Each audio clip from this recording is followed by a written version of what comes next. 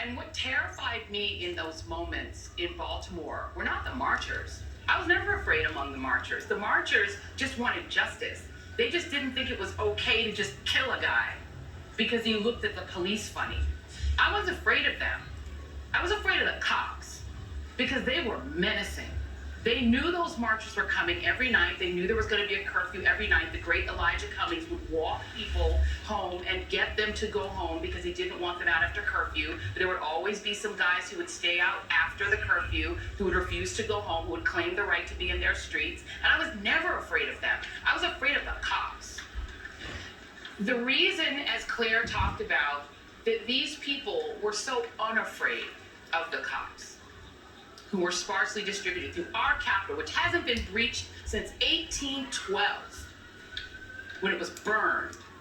The reason they could easily and casually, with their cameras on, film themselves throwing things through the walls of our capital, our property, going inside the Capitol, sitting in Speaker Pelosi's office, casually take pictures of themselves, have that played on Fox News, they know that they are not in jeopardy.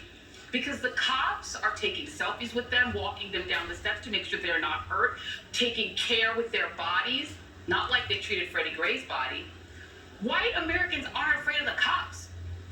White Americans are never afraid of the cops, even when they're committing insurrection, even when they're engaged in attempting to occupy our capital, to steal the votes of people who look like me. Because in their minds, they own this country, they own that capital, they own the cops work for them, and people like me have no damn right to try to elect a president.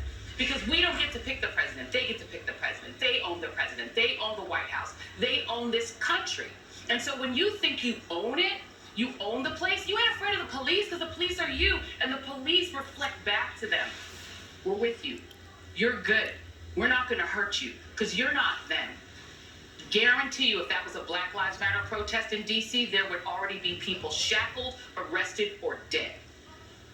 Shackled, arrested, en masse, or dead. Get Brittany Packnett Cunningham on here. She'll tell you how they treated her in Ferguson. Put Alicia Garza on here. She'll tell you how they treated her at every Black Lives Matter march. Get Patrisse Cullors on.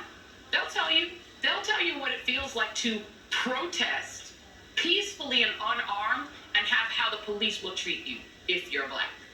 That's it. They're not afraid of the cops because they know the cops are cool with it. It's a stunning vacuum